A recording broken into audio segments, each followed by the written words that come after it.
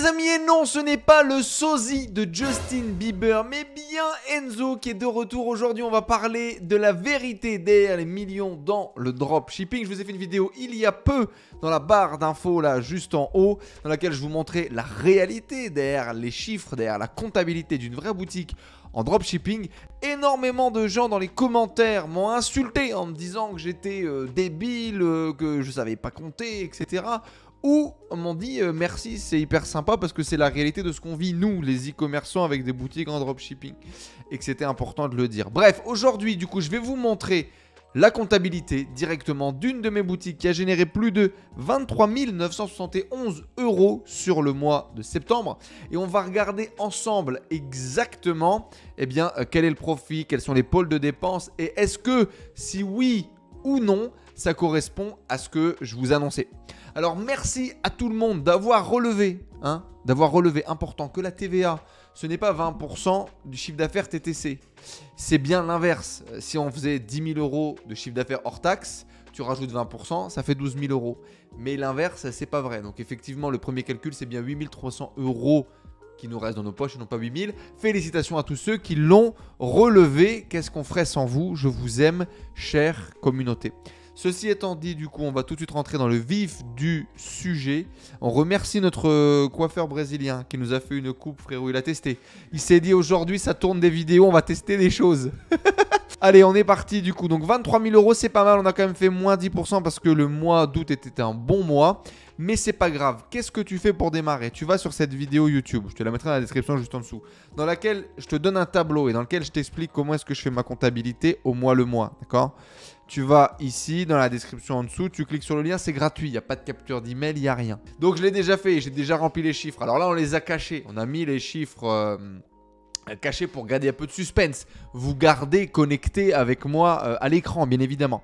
On a fait du coup 23 971 € et je vous dis qu'en moyenne, on paye 25% sur le pôle de publicité, 35% sur le pôle de fournisseurs de produits et qu'on va aller chercher un 20% de renta brute, grosso modo, sur le bénéfice. Eh bien, on va voir si ça se vérifie avec mes chiffres ou est-ce que si je vous ai sorti du chapeau des trucs pour vous faire plaisir.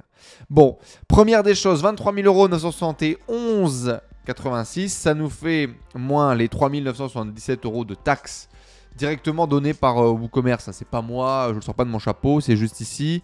Je ne m'amuse pas à le calculer pour le coup, je rapplique. Et donc ça nous donne le total des ventes en hors taxe.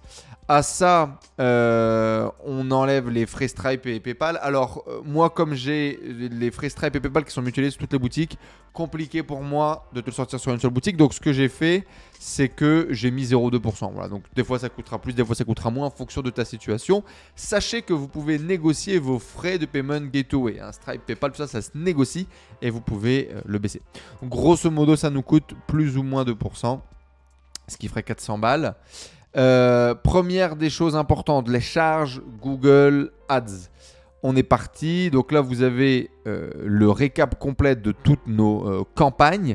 Information exclusive que personne d'autre ne vous donne. Et d'ailleurs, vous pouvez voir qu'on a peu de campagnes finalement qui tournent. On a dépensé 5 838 $ pour un ROAS moyen de 3,18 et donc 18 574 € générés. On est bien du 1 au 30 septembre. Et donc, ça nous fait globalement, je vais revenir sur la vue précédente, 24 000 clics, 3 300 000 impressions, 12 $ de CPA moyen pour 5 800 $ de dépensés. Donc, exactement, ça nous fait 5 838 $. On multiplie avec le cours du dollar actuel parce qu'on se fait enculer maintenant payer les trucs en dollars. En euros, ça nous fait 6 000 € de dépenses. Et donc, on a 6 000 € sur la case Google. L'autre charge, du coup, vous allez devoir me croire sur parole parce que ce sont mes factures fournisseurs. Je ne vais pas forcément les afficher à l'écran. On a 8 811,13 $ de frais de fournisseur hors taxe. D'accord? Ce qui fait à peu près 9 000 € avec le taux de conversion du jour. Et ce qui nous amène à 25% de coûts publicitaires. On est vraiment dans les rails, on est en vert, on est dans les clous. Et 37,86% de charges fournisseurs produits. Donc ça, c'est vraiment bien. Et là, on voit vraiment, c'est une de nos vieilles boutiques. Donc il y a déjà du SEO qui a travaillé, qui s'est mis en place, etc. Et donc ça respecte vraiment notre schéma. Donc pour un total de 4 425,45 € de bénéfices bruts, soit 22,13% de bénéfices bruts sur cette boutique. On a également un petit peu de Microsoft. On a un petit peu de pub Bing qu'il faudrait que j'ajoute, mais c'est quelques centaines d'euros. C'est pas le gros de nos dépenses en général. Ma compta elle est comme ça. Après, il y a toutes les autres frais spécifiques qu'on mutualise en fait, qui arrivent en dessous à gauche. Mais là, voilà, ça vous donne en tout cas une bonne idée de ce que vous pouvez espérer obtenir avec ce genre de chiffre d'affaires. Ce qui nous amène, et je vous ai amené pour avoir des chiffres un petit peu plus sexy, parce que c'est vrai que bon, 4000 balles, on se dit c'est pas grand chose. Aujourd'hui, on a 25 sites. C'est le gros avantage. Sur juillet à septembre, on a fait du coup 79 000 de CA pour du coup 66 000 hors taxe. Et on a 20 000 € de publicité pour 30 000 € de matériel.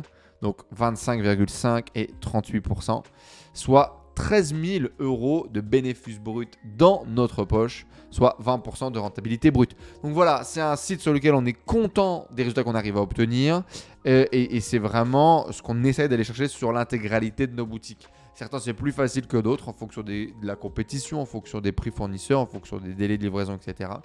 Et là, le fait d'avoir fait plus de stock pour notamment la fin de l'année, eh bien on devrait encore monter notre rentabilité brute sur nos différentes boutiques. Alors comme d'habitude les amis, cette vidéo elle vous a plu, pensez à laisser un énorme like, à mettre un commentaire juste en dessous avec vos questions, avec vos retours, vos affirmations, peu importe liées à l'e-commerce, au dropshipping. J'espère que cette petite vidéo elle vous a servi, qu'elle vous a permis de voir concrètement ce qui se passe dans la comptabilité d'une boutique. Je pense qu'on pourrait encore aller beaucoup plus en profondeur avec l'intégralité des charges, les salariés, les serveurs, etc. Même si nous, tout ça, c'est mutualisé. Donc, c'est beaucoup plus compliqué de vous sortir une compta précise à l'euro. Mais ça vous donne une bonne dynamique et une bonne vision de ce que vous pouvez obtenir et aller chercher. Bien évidemment, je vous rappelle, la vidéo avec le tableau de comptabilité est à récupérer dans la description juste en dessous. Et également, si vous voulez récupérer le top 10 des niches ultra rentables pour cette année 2022 et 2023 à venir, ainsi que plus de compréhension sur comment est-ce qu'on trouve des niches rentables. Il y a un lien dans la description juste en dessous, c'est gratuit, il suffit de laisser votre email, vous allez recevoir un guide complet sur Notion avec l'explication des niches, 10 niches offertes, ainsi que des produits qui pourraient fitter pour pouvoir vendre sur vos boutiques en SEO, en SEA. Je vous dis à très vite dans une prochaine vidéo, merci à vous d'avoir suivi, comme d'habitude abonnez-vous, likez et je vous dis à très bientôt dans une vidéo. Ciao tout le monde.